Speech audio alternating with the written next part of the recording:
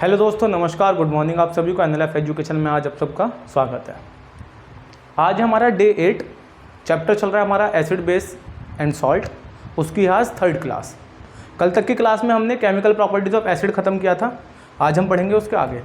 कल हमने ये समझा था कि ऐसे सब्सटेंस जिसके पास हाइड्रोजन प्रेजेंट होता है या जो एक्वस सॉल्यूशन के अंदर हाइड्रोजन आयन को रिलीज़ करते हैं, उसको हम क्या बोलते हैं, एसिड के नाम से जानते हैं। तो यहाँ से मोटी मोटी बात हमें ये समझ में आई थी कि वो सारे कंपाउंड, मतलब एसिड के अंदर कॉमन चीज़ क्या होती है, तो एसिड के अंदर कॉमन चीज़ होती है हाइड्रोजन, H पॉजिटिव आइंस। तो क्या ऐसे सारे कंपाउंड इलेक्ट्रिसिटी को कंडक्ट करेंगे एक्वस सॉल्यूशन में जिसके पास हाइड्रोजन एटम प्रेजेंट होता है? आज हम इसके बारे में डिस्कस करेंगे। एनसीईआरटी में एक्टिविटी है कि all compound which contains hydrogen atom does not conduct electricity. सारे ऐसे कंपाउंड जिनके पास हाइड्रोजन एटम प्रेजेंट होता है वो इलेक्ट्रिसिटी को कंडक्ट नहीं करते। फॉर एग्जाम्पल, मैंने बोला ग्लूकोज का फॉर्मूला होता है C6H12O6, और हमारे पास एल्कोहल ग्रुप का इथेनॉल ले लेते हैं। एल्कोहल जनरल टर्म है, एल्कोहल ही सही समझो आप। फॉर्मूला हो गया C2H5OH। आप और कार्बन में पढ़ोगे कि इसका नाम इथेनॉल होता है। अब ये दो कंपाउंड है जिसके पास में हाइड्रोजन प्रेजेंट है, पर क्या ये एक्वस सॉल्यूशन के अंदर इलेक्ट्रिसिटी को कंडक्ट करते हैं या नहीं करते हैं, उसको समझते हैं। तो उसके लिए हम एक एक्टिविटी पढ़ते हैं। एक्टिविटी किस तरीके से, एक हमने बीकर लिया, इस बीकर के अंदर हम 3 एक्टिविटी बनाएंगे। हमने ये आयरन की नील लगाई, ठीक है। इसके अंदर हमने फर्स्ट केस में भर दिया डाइल्यूट HCl, हाइड्रोक्लोरिक एसिड। इस नील के साथ में हमने एक स्विच लगा दिया, उसके साथ में हमने एक बैटरी लगा दी, पॉजिटिव नेगेटिव, और यहाँ पे हमने साथ में एक बल्ब लगा दिया और इस सर्किट को क्लोज कर दिया, ठीक है।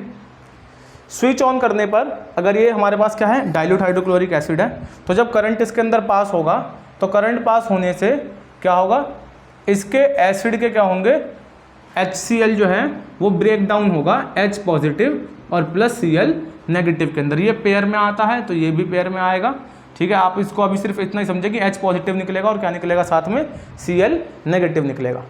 तो एसिड के अंदर एक्वस सॉल्यूशन में वो आयंस को रिलीज करते हैं, और आयंस के रिलीज होने की वजह से वहाँ पर इलेक्ट्रिसिटी कंडक्ट होती है, और उस इलेक्ट्रिसिटी कंडक्ट होने की वजह से ये जो बल्ब है ये ग्लो हो जाता है।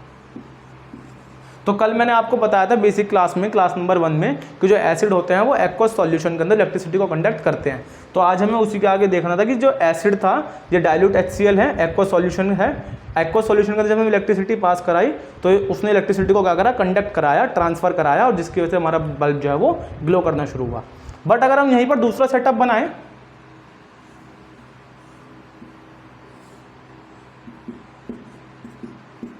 इसके अंदर हम एल्कोहल या ग्लूकोज को डालें एक्वस सॉल्यूशन में, और सेम सेटअप बनाए, आयरन के 2 हमने नील लगाए, इसको हमने स्विच के साथ यहाँ पे कनेक्ट किया, साथ में बैटरी लगाई, पॉजिटिव नेगेटिव, और हमने यहाँ पे साथ में बल्ब लगाया और स्विच को कर दिया क्लोज।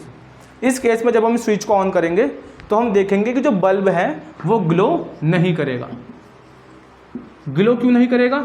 क्योंकि जो हमारे पास ग्लूकोज का और एल्कोहल का जो एक्वस सॉल्यूशन है, उस एक्वस सॉल्यूशन के अंदर से हाइड्रोजन के आयंस का रिलीजेशन नहीं हुआ, और जब हाइड्रोजन के आयंस रिलीज नहीं हुए तो उसकी वजह से इलेक्ट्रिसिटी जो है वो कंडक्ट नहीं हो पाई, और दैट्स वाई जो बल्ब है वो ग्लो नहीं कर पाया। तो एक क्वेश्चन बनता है यहाँ से कि क्या सारे कंपाउंड जिसके पास हाइड्रोजन प्रेजेंट होता है वो इलेक्ट्रिसिटी को कंडक्ट करते हैं या नहीं करते, या सारे के सारे एसिड की तरह बिहेव करते हैं या नहीं करते। तो सारे कंपाउंड जिसके पास हाइड्रोजन प्रेजेंट होता है वो एसिडिक नेचर को शो नहीं करते, इलेक्ट्रिसिटी को कंडक्ट नहीं करते। तो एग्जाम्पल हो जाएंगे उसके ग्लूकोज और एल्कोहल। आप इन दोनों एक्टिविटी को नोट करिए, उसके बाद आज चलते हैं हम प्रॉपर्टीज ऑफ बेस में।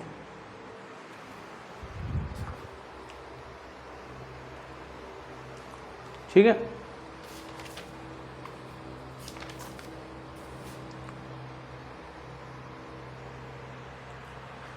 हटा देते हैं इसको। हमने आपको बेस पढ़ाया था फर्स्ट क्लास में, बेस की फिजिकल प्रॉपर्टीज के बारे में डिस्कस कर लिया था। बेस जो होते हैं वो H नेगेटिव आयंस को रिलीज करते हैं एक्वस सॉल्यूशन के अंदर, जैसे वाटर के साथ डिजोल्व करते हैं तो क्या करते हैं, OH नेगेटिव आयंस को रिलीज करते हैं। दूसरा क्या पढ़ा था, बेस जो होते हैं वो बिटर इन टेस्ट होते हैं।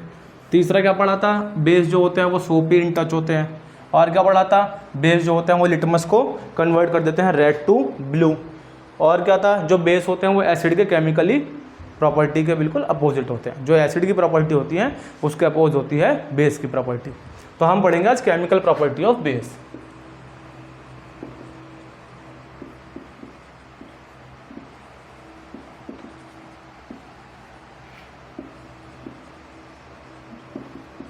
Chemical properties of basis.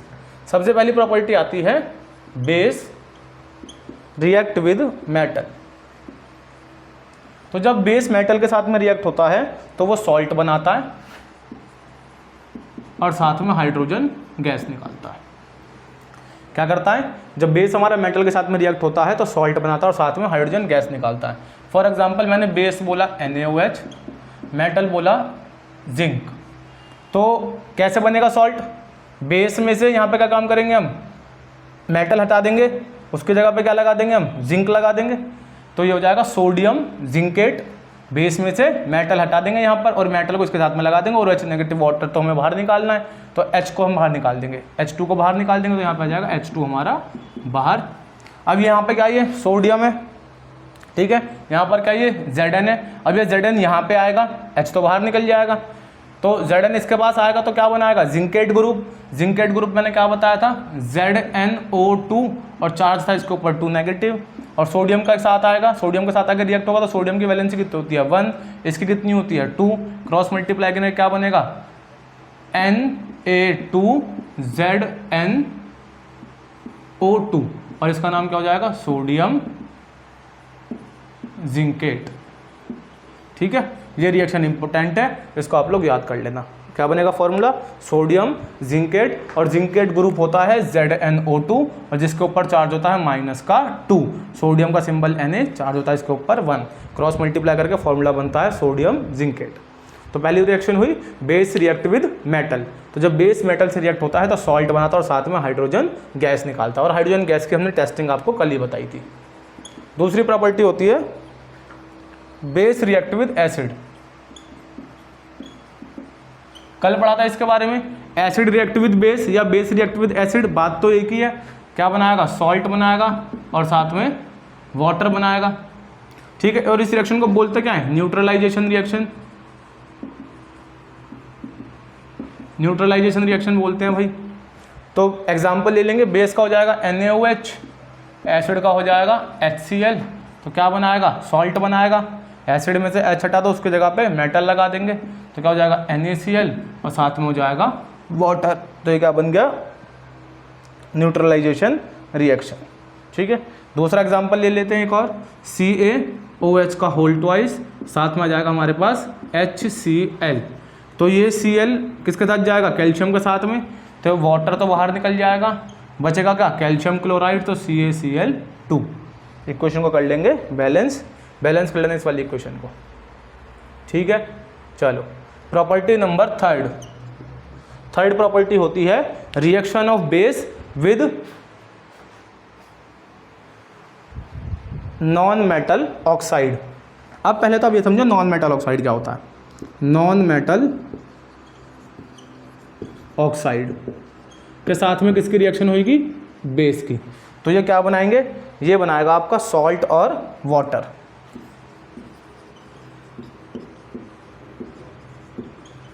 आप सबसे पहले आप समझो कि भाई नॉन मेटेलिक ऑक्साइड क्या होता है। नॉन मेटल जिसकी टेंडेंसी होती है जो इलेक्ट्रॉन को एक्सेप्ट करता है उसको हम क्या बोलते हैं, नॉन मेटल बोलते हैं। तो नॉन मेटल क्या होगा, जैसे मैंने बोला कार्बन, तो जब कार्बन के साथ में ऑक्सीजन का ऐड होगा तो ये बनेगा CO2, तो ये क्या हो जाएगा कार्बन डाइऑक्साइड। सल्फर के साथ में जब ऑक्सीजन का ऐड होगा तो क्या बनेगा, सल्फर डाइऑक्साइड। नाइट्रोजन के साथ में जब ऑक्सीजन का ऐड होगा तो क्या बनेगा, नाइट्रोजन डाइऑक्साइड। तो ये क्या होगा, कार्बन भी नॉन मेटल है, सल्फर भी नॉन मेटल है, नाइट्रोजन भी नॉन मेटल है। तो जब ये नॉन मेटल ऑक्सीजन के साथ में रिएक्ट हुए तो इसने नॉन मेटेलिक ऑक्साइड बनाया।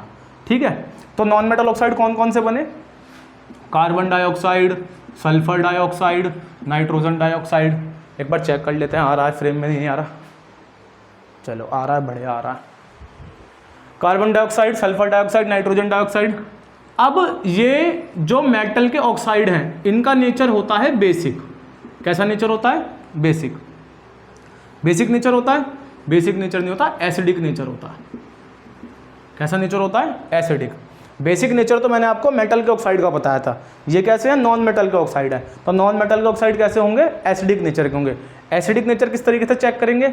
अगर हमें इनका एसिडिक नेचर चेक करना है कि how we can say that non metal oxides are acidic in nature, so we have to dissolve it in water. After dissolving we can see that it gives a acid. For example, मैंने दिया carbon dioxide plus water को add करा तो क्या बनाएगा? ये carbonic acid, जिसका formula होता है H2CO3। नाम भी मेंशन कर लेते हैं, कार्बोनिक एसिड। ठीक है। आफ्टर दैट सल्फर डाइऑक्साइड को ऐड किया वाटर के साथ में तो ये बनाएगा सल्फ्यूरस एसिड H2SO3। नाम क्या हो जाएगा इसका?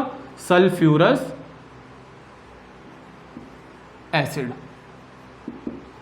ठीक है। NO2 को ऐड करेंगे वाटर के साथ में तो क्या बना देगा? Nitric acid H2NO3। हो जाएगा नाइट्रिक एसिड। बात समझ में आई? तो when non metal react with oxygen it gives non metal oxide and these non metal oxides are acidic in nature and we can check their acidic character by dissolving it into water, so we can give acid.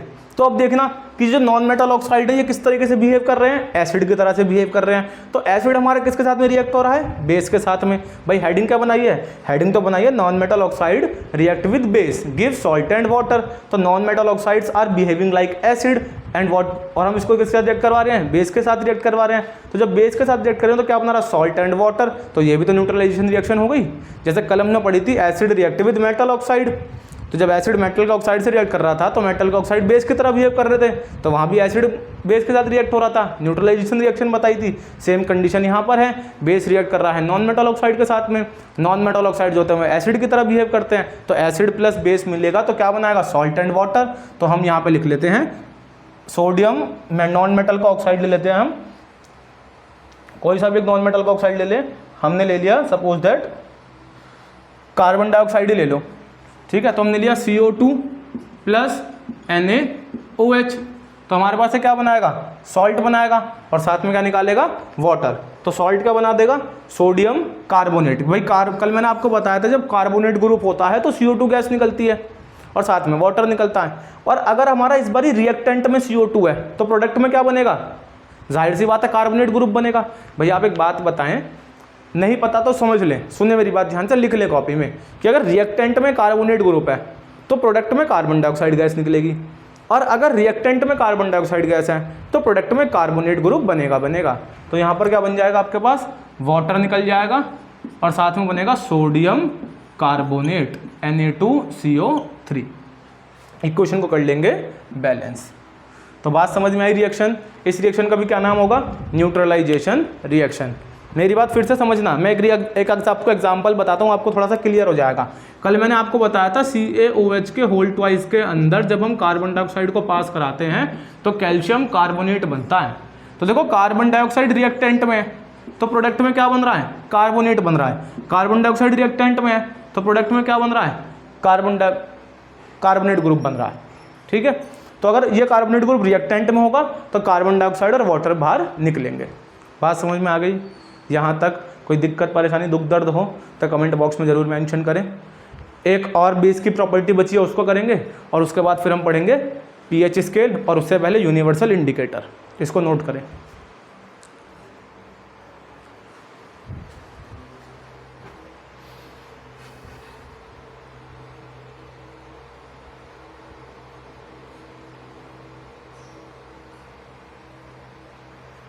ठीक है, चलिए।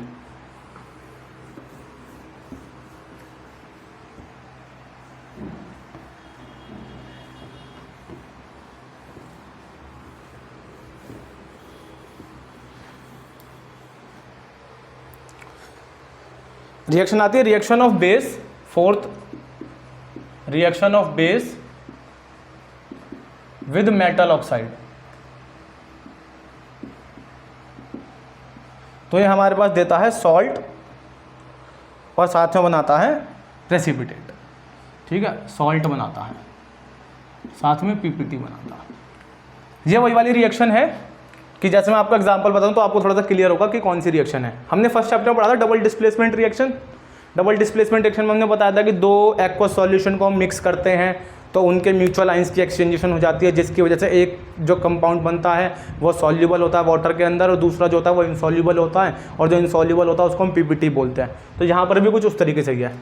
मैंने बोला base क्या हो गया, NaOH, साथ में मेटल ऑक्साइड नहीं मेटल सॉल्ट, यहाँ पे सही कर लेना, ये मेटल का सॉल्ट है। मेटल का सॉल्ट होगा मेरे पास जिंक सल्फेट। अब देखो प्रोडक्ट किस तरह बनाएंगे, प्रोडक्ट बनाएंगे ये पॉजिटिव ये नेगेटिव, ये पॉजिटिव ये negative, positive negative, positive negative, ये पॉजिटिव वाला इस नेगेटिव के पास, ये पॉजिटिव वाला इस नेगेटिव के पास।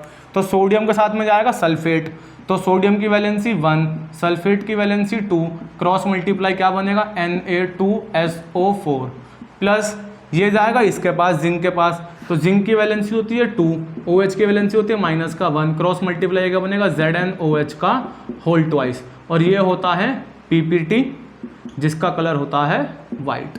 तो ये बेसिकली क्या है, डबल डिस्प्लेसमेंट रिएक्शन है। ठीक है, तो केमिस्ट्री में आप देखोगे कि जैसे आपने फर्स्ट और सेकंड चैप्टर जब आप खत्म कर लोगे तो आप थर्ड चैप्टर पे आओगे तो आपको समझ में आएगा कि भाई ये जो सारी चीज़ें हैं सब आपस में एक दूसरे से इंटरलिंक्ड है। अगर आपने फर्स्ट चैप्टर अच्छे से पढ़ा है तो आपको सेकंड समझने में इतनी डिफिकल्टी नहीं होगी, और आगे आगे जैसे आप पढ़ते जाओगे आपके लिए चैप्टर ईजी होते जाएंगे। बस आपको पढ़ना अच्छे से है, बेस अच्छे से क्लियर करना है। इसलिए जो फर्स्ट वाली क्लास थी वो बहुत इंपॉर्टेंट है सभी के लिए। ठीक है, इसकी कल वाली क्लास देख करके तब इसको देखना तो ज़्यादा अच्छे से समझ में आएगी। यहाँ तक बात क्लियर हो गई। चलिए अब हम पढ़ेंगे यूनिवर्सल इंडिकेटर।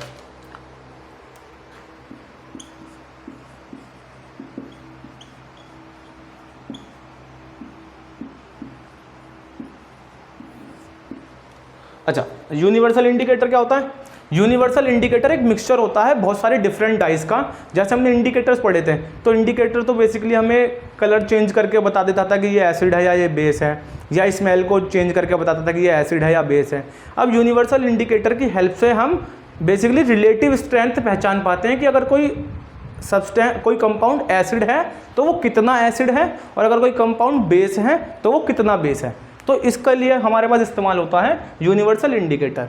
यूनिवर्सल इंडिकेटर के अंदर डिफरेंट एसिड का डिफरेंट कलर हो जाता है। जो मोर एसिडिक कंपाउंड होते हैं वो बिल्कुल डार्क रेड कलर के होते हैं, जो एसिडिक होते हैं वो ऑरेंज कलर के आते हैं, और फिर जैसे जैसे लाइट एसिड हो जाता है वैसे वैसे उनका कलर जो है वो येलोइश होना शुरू हो जाता है।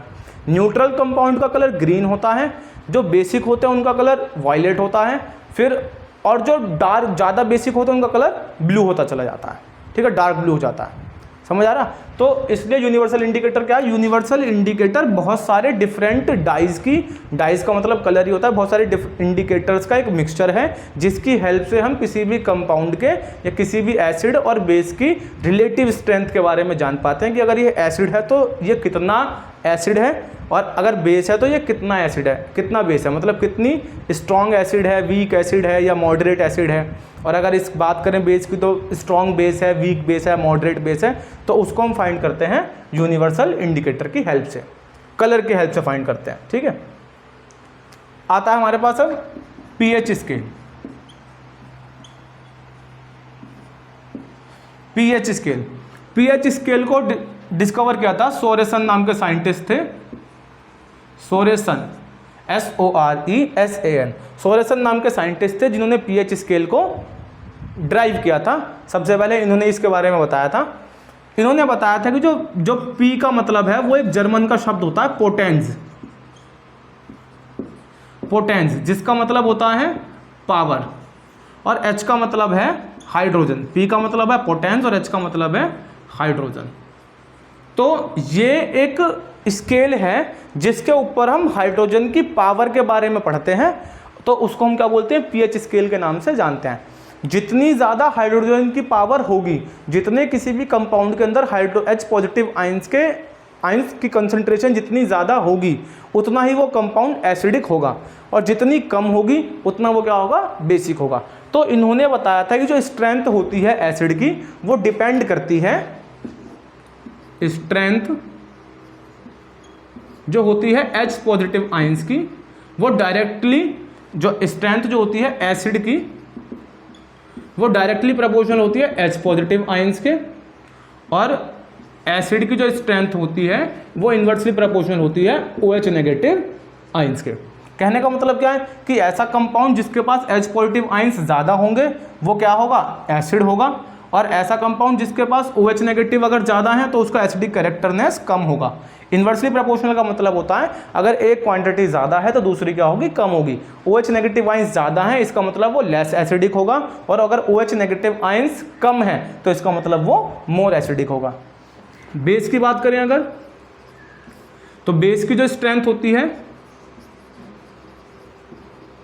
वो बेस की स्ट्रेंथ डायरेक्टली प्रोपोर्शनल होती है OH नेगेटिव आयंस के, और बेस की स्ट्रेंथ इन्वर्सली प्रोपोर्शनल होती है H पॉजिटिव आयंस के। अगर OH नेगेटिव आयंस ज़्यादा है कंपाउंड के पास किसी भी, तो इसका मतलब उसका बेसिक कैरेक्टर ज़्यादा है, वो एक स्ट्रॉन्ग बेस है। और अगर H पॉजिटिव आयंस ज़्यादा है तो वो क्या होगा, H पॉजिटिव आयंस अगर ज़्यादा है तो बेसिक कम बेसिक होगा, और अगर H पॉजिटिव आयंस कम है तो वो ज़्यादा बेसिक होगा।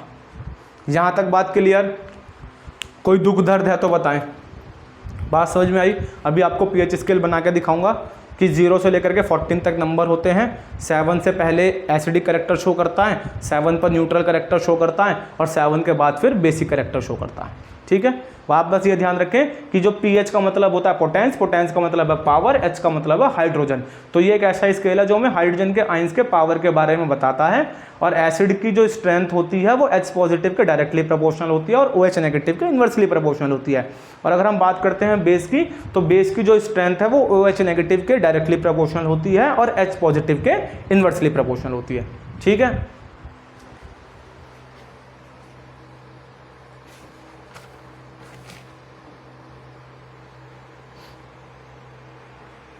इसके बाद पढ़ते हैं हम pH स्केल।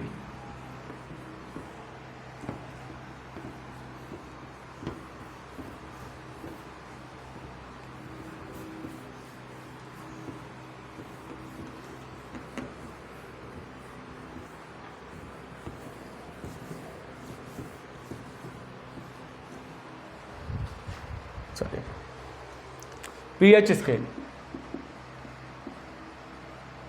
P और H का मतलब मैंने भी आपको बता ही दिया।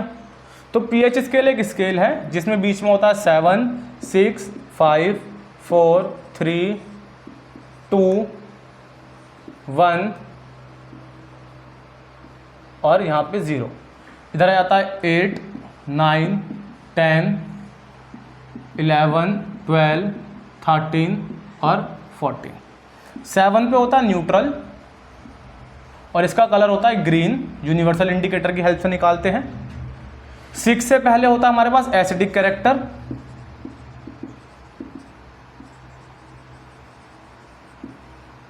यहां पे होता है डार्क रेड, फिर हल्का सा रेडिश हो जाता है, लाइट रेड हो जाता है जिसको ऑरेंज के नाम से भी जानते हैं, और फिर यहाँ पे क्या हो जाता है येलो कोने पे। यहाँ पे हम इसको लाइट रेड भी लिख सकते हैं, मतलब डार्क रेड नहीं रहता, थोड़ा येलो इसमें ऑरेंज में कन्वर्ट हो जाता है। फिर यहाँ पे आता है ब्लू, फिर थोड़ा और डार्क हो जाता है, और फिर लास्ट में बिल्कुल डार्क हो जाता है।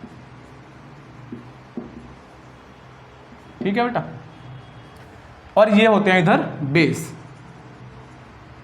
Basic character. तो वाइल वी मूव, देखना मेरी बात समझना, अगर हम राइट की तरफ चलते हैं तो क्या होता है, अगर हम राइट की तरफ चल रहे हैं तो H पॉजिटिव तो यहाँ तक था, फिर उसके बाद क्या हो गया, OH नेगेटिव शुरू हो गया। तो while we move from left to right in pH scale, अगर हम लेफ्ट से राइट में चलते हैं pH स्केल में तो H पॉजिटिव आयंस की कंसंट्रेशन कम हो जाती है और OH नेगेटिव आयंस की कंसंट्रेशन ज़्यादा हो जाती है। और अगर हम बात करें कि हम राइट से लेफ्ट की तरफ मूव करते हुए आ रहे हैं तो OH नेगेटिव आयंस की कंसंट्रेशन कम हो जाती है और H पॉजिटिव आयंस की कंसंट्रेशन ज़्यादा हो जाती है। बात समझ में आई? दोबारा समझिए कि अगर हम लेफ्ट टू राइट मूव करते हैं तो H पॉजिटिव आयंस की कंसंट्रेशन कम होती है और OH नेगेटिव आयंस की कंसंट्रेशन ज़्यादा हो जाती है। और अगर हम राइट टू लेफ्ट मूव करते हैं तो OH नेगेटिव आयंस की कंसंट्रेशन कम हो जाती है और H पॉजिटिव आयंस की कंसंट्रेशन बढ़ जाती है। क्लियर हो गई यहाँ तक बात? चलो अब हम पढ़ेंगे कि पीएच का कुछ डेली लाइफ की एप्लीकेशन होती हैं। तो कौन कौन सी एप्लीकेशन होती हैं? पहला होता है स्टमक, डाइजेस्टिव सिस्टम के लिए।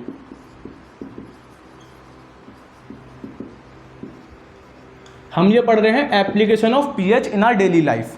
क्या पढ़ रहे हैं? Application of pH in our daily life. दूसरा होता है, पहला हो गया डाइजेस्टिव सिस्टम, दूसरा हो गया हमारे लिए tooth decay.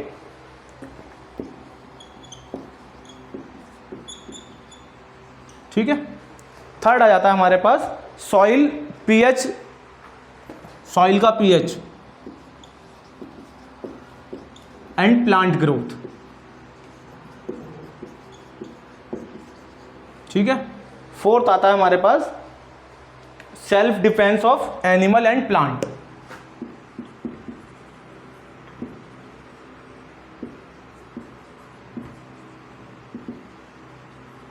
Animals and plants, ये कुछ एप्लीकेशन है जो पीएच की हम अपनी डेली लाइफ में ऑब्जर्व करते हैं।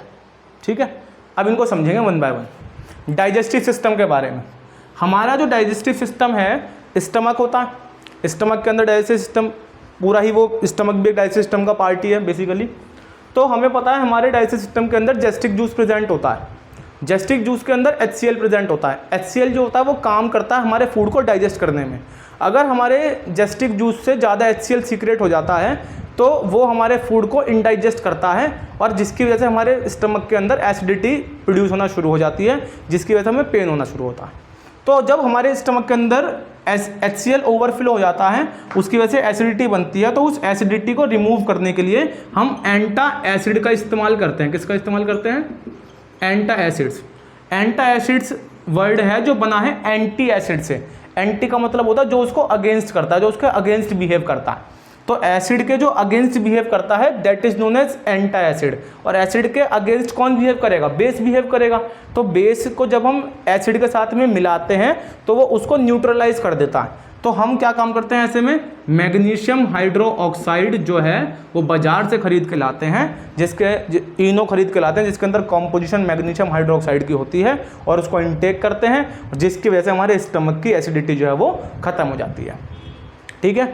तो एसिड की वजह से जो पीएच है हमारे स्टमक का वो लोअर डाउन हो जाता है, जिसकी वजह से एसिडिक इफेक्ट जनरेट होने शुरू होते हैं। उसको वापस से पीएच को न्यूट्रल लेकर के आने के लिए, न्यूट्रल के अबाउट टू लेने के आने के लिए, उसके पास में लेके आने के लिए हमें एंटासिड्स को इनटेक करना पड़ता है, जिसकी वजह से हमारे स्टमक को रिलीफ मिलती है। पहली प्रॉपर्टी।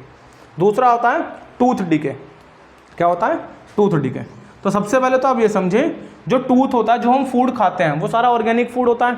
हमने पढ़ाया था कि जो भी एसिड हमें नेचुरल चीज़ों से मिलते हैं, प्लांट और एनिमल से मिलते हैं, उन एसिड को हम ऑर्गेनिक एसिड्स के नाम से जानते हैं। तो टूथ डिके जो होता है, जब हम फूड खाते हैं तो हमारे माउथ के अंदर फूड रह जाता है कुछ, तो उस फूड को बैक्टीरिया जो होती है आकर के डाइजेस्ट करती है, उसको ब्रेक डाउन करती है ताकि वो सॉल्यूबल हो पाए। तो जब बैक्टीरिया हमारे टूथ के इनेमल के ऊपर अपना एक्शन कर रही होती है तो वो हमारे टूथ के, जो हमारे माउथ के अंदर पीएच लेवल है, उस पीएच लेवल को लोअर कर देती है। और जब हमारे माउथ का पीएच लेवल 5.5 से डाउन आ जाता है तो हमारे जो इनेमल होता है वो कोरोड होना शुरू हो जाता है। आपको बता दूं आपकी नॉलेज के लिए कि जो इनेमल होता है, जो वाइट कलर का सब्सटेंस होता है हमारे टूथ के ऊपर, वो कैल्शियम फॉस्फेट से बना होता है और वो बॉडी का हार्डेस्ट पार्ट होता है, एक हार्डेस्ट सब्सटेंस होता है हमारी बॉडी में। तो वो कब कोरोड होना शुरू होता है? जब बैक्टीरिया अपना एक्ट करते हैं, उस फूड के पार्टिकल्स को डाइजेस्ट करते हैं, तो हमारे माउथ का जो पीएच होता है वो 5.5 से लोअर हो जाता है। इस वजह से हमारा जो दांत है वो कोरोड होना शुरू हो जाते हैं। ठीक है। अब इसको प्रिवेंट करने का तरीका क्या होता है? इसको प्रिवेंट करने का तरीका होता है, खाना खाने के बाद हमें नेचुरल कुल्ला करना चाहिए, ब्रश करना चाहिए और टूथपेस्ट का इस्तेमाल करना चाहिए। टूथपेस्ट का इस्तेमाल करना चाहिए।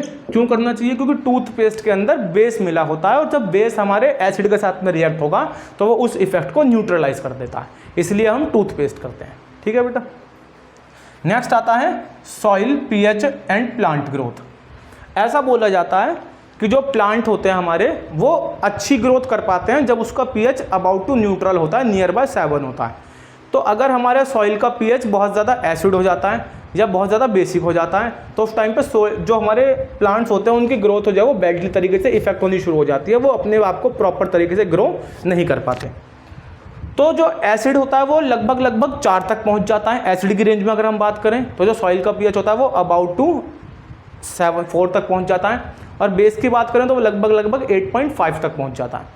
तो दोनों के अलग अलग प्रिवेंशन होते हैं। पहला प्रिवेंशन क्या है कि अगर सॉइल बहुत ज़्यादा एसिड हो जाती है, अगर सॉइल बहुत ज़्यादा एसिडिक हो जाती है तो उस टाइप का प्रिवेंशन होता है कि हम उसके अंदर बेस मिलाते हैं। क्या मिलाते हैं?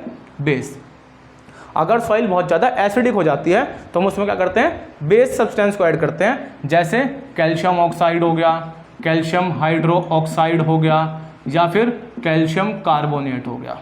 ठीक है, लाइम इसको बोलते हैं लाइम वाटर, इसको बोलते हैं स्लैग्ड लाइम, इसको बोलते हैं कैल्शियम कार्बोनेट। और ये फॉर्मूला होता है मार्बल का, एग शेल का, ठीक है, और लाइमस्टोन का, ये सब का यही फॉर्मूला होता है। ये हो गया हमारे पास क्विक लाइम, ये हो गया स्लैग्ड लाइम, और ये हो गया हमारे पास कैल्शियम कार्बोनेट। अगर सॉइल बहुत ज़्यादा एसिड है तो हमें इन सब चीज़ों को मिलाना पड़ेगा। बात करते हैं बेसिक की। अगर सॉइल हमारी बेसिक है तो उसके अंदर हमें एसिडिक सब्सटेंस को मिलाना पड़ेगा, और एसिडिक सब्सटेंस को हम मिलाते हैं किसको? कॉम्पोस्ट को एंड मैन्योर को, जो हमें वेजिटेबल के डीके से मिलता है। वेजिटेबल का जो पार्ट होता है उसको एक्सट्रैक्ट, उसको डिकम्पोज करके जो हम निकालते हैं उसको उससे हम क्या बनाते हैं? कॉम्पोस्ट और मैन्योर बनाते हैं। वो एसिडिक नेचर का होता है। तो जब सॉइल हमारी बेसिक होती है तो हम कॉम्पोस्ट और मैन्योर को उसके अंदर ऐड करते हैं। अब बात आती है self defence of animals and plants की। अब ये आता है भाई इंपॉर्टेंट, इसमें समझना आप लोगों को रिलेट करेंगे थोड़ा सा। यहाँ तक कोई दिक्कत परेशानी है तो बताएं आप लोग पहले। चलिए, बढ़िया समझ में आ गया? बढ़िया समझ में आ गया तो कमेंट में कहेंगे यस सर बढ़िया समझ में आ गया, मज़े आ गए एकदम बिल्कुल। सेल्फ डिफेंस पढ़ेंगे। सेल्फ डिफेंस सबसे पहले पढ़ता है हनी बी का। हनी बी, हनी बी का काम करती है, हनी बी हमारी बॉडी के अंदर क्या करती है? एसिडिक इंजेक्ट करती है, एसिडिक सॉल्यूशन को इंजेक्ट करती है, जिसका प्रिवेंशन क्या होगा? उसका प्रिवेंशन होता है हमें रब करना चाहिए, रबिंग बाय माइल्ड बेस, जैसे कि NaOH से। सोडियम हाइड्रोजन कार्बोनेट लिख लो, NaHCO3 से हमें रब करना चाहिए। और ये होता है बेकिंग सोडा। क्या नाम है इसका? Baking soda. तो हनी बी जब डंक मारती है, मधुमक्खी जब डंक मारती है तो वो क्या करती है? एसिडिक सॉल्यूशन को हमारी बॉडी के अंदर इंजेक्ट करती है, और उसको हम न्यूट्रलाइज किस तरीके से करेंगे? बेस रब करके, क्योंकि एसिड डालेगी तो बेस लगाएंगे तो क्या हो जाएगा? न्यूट्रलाइज हो जाएगी। अब अच्छा आपको एक बात बताता हूँ, बचपन में क्या होता है, पेरेंट्स बोलते हैं कि भाई मधुमक्खी ने काट लिया तो चाकू रगड़ लो, लोहा रगड़ लो। क्यों बोलते हैं? क्योंकि हमने कल पढ़ा था कि जो आयरन होता है वो ऑक्सीजन के साथ में रिएक्ट होकर के क्या बनाएगा? आयरन का ऑक्साइड बनाएगा। और आयरन का अगर ऑक्साइड बनाएगा तो आयरन का ऑक्साइड क्या है? मेटल का ऑक्साइड। और मेटल के ऑक्साइड का कैरेक्टर क्या होता है? बेसिक होती है। तो मेटल के ऑक्साइड की कैरेक्टरनेस बेसिक है, तो बेसिक को सब हम एसिड के साथ मिलाएंगे, क्योंकि हनी बी ने क्या इंजेक्ट किया हमारी बॉडी के अंदर? एसिडिक सॉल्यूशन इंजेक्ट किया। तो जब एसिडिक सॉल्यूशन के साथ में हम उस बेसिक सॉल्यूशन को ऐड करेंगे तो उस टाइम पे वो क्या बना देगा? रिएक्शन को न्यूट्रल कर देगा। क्या कर देगा? रिएक्शन को न्यूट्रल करेगा। और न्यूट्रल करेगा तो हमारे हाथ पर जो स्वेलिंग आती है मधुमक्खी के काटने के बाद वो नहीं आएगी। तो सोचो बड़े बूढ़ों को भी साइंस पता थी, उस टाइम पर भी साइंस, समझ रहे हो? अब बता देना, घर में कोई पूछो ना कि भाई चाकू क्यों रगड़ते हैं, तो आप बता देना उन्हें कि हनी बी के काटने के बाद चाकू इसलिए रगड़ते हैं क्योंकि चाकू जो है वो आयरन से बना होता है। आयरन जो है वो मेटल है, मेटल ऑक्सीजन से रिएक्ट करके मेटल का ऑक्साइड बनाता है, और उसका नेचर कैसा होता है? बेसिक होता है। तो जब बेसिक को एसिड के साथ में रब करते हैं तो वो क्या कर देता है? रिएक्शन को न्यूट्रल कर देता है, जिसकी वजह से हमारे हाथ पे सूजन नहीं आती। बात समझ में आई? अब एक ऐसे आता है वास्प स्ट्रिंग। ये हमारी बॉडी के अंदर एल्कालीन सॉल्यूशन को इंजेक्ट करता है। एल्कालीन सॉल्यूशन मतलब बेसिक को। तो इसका प्रिवेंशन क्या करते हैं? इसके प्रिवेंशन के लिए हम माइल्ड एसिड से रबिंग करते हैं, जिसकी वजह से उस इक्वेशन का न्यूट्रलाइजेशन हो जाता है। बात समझ में आई? यस और नो? ठीक है, तो यहाँ पर भी क्या होगा, एल्कालिन सॉल्यूशन डाला हमने माइल्ड एसिड से, माइल्ड एसिड मतलब ऐसा एसिड जिससे हमारी स्किन को भी हार्म ना पहुँचे, हल्का, और रब किया तो क्या हो जाएगा, इक्वेशन न्यूट्रलाइज हो जाएगी। अच्छा, कुछ बच्चे सोच रहे होंगे भाई एक एसिडिक सॉल्यूशन कौन सा होगा, ये एसिडिक सॉल्यूशन हो जाता है फॉर्मिक एसिड, इसको फॉर्मिक एसिड बोलते हैं। ठीक है, एक और होता है आंटिस्ट्रिंग। आंटिस्ट्रिंग जो होता है, जो लाल वाली चिट्टी होती है ना, वो आंटिस्ट्रिंग जो होती है वो मीथेनोइक एसिड इंजेक्ट करती है, मीथेनोइक एसिड। तो इसका प्रिवेंशन क्या होगा, प्रिवेंशन हो जाएगा बेस को रब करेंगे। कैसे बेस को, माइल्ड बेस को, तो क्या हो जाएगा, इक्वेशन न्यूट्रलाइज हो जाएगी और पीएच जो हमारा डाउन आया था बॉडी का वो वापस से नॉर्मल हो जाएगा और स्वेलिंग के चांसेस कम हो जाएंगे। ठीक है, आज की क्लास में हमने करा अपना पीएच खत्म, बेस की प्रॉपर्टी खत्म। कल की क्लास से हम शुरू करेंगे अपना सॉल्ट। आप आज की क्लास भी देखें और जिन्होंने कल की क्लास नहीं देखी है वो चैनल पर जा करके पहले कल की क्लास देखें, उसके बाद आज की क्लास देखें। बढ़िया तरीके से समझाया गया है एसिड बेस एंड सॉल्ट, आपको प्रॉपर समझ में आएगा। जहाँ डाउट आए कमेंट सेक्शन में पूछा करके। जब तक के लिए थैंक यू, गुड बाय।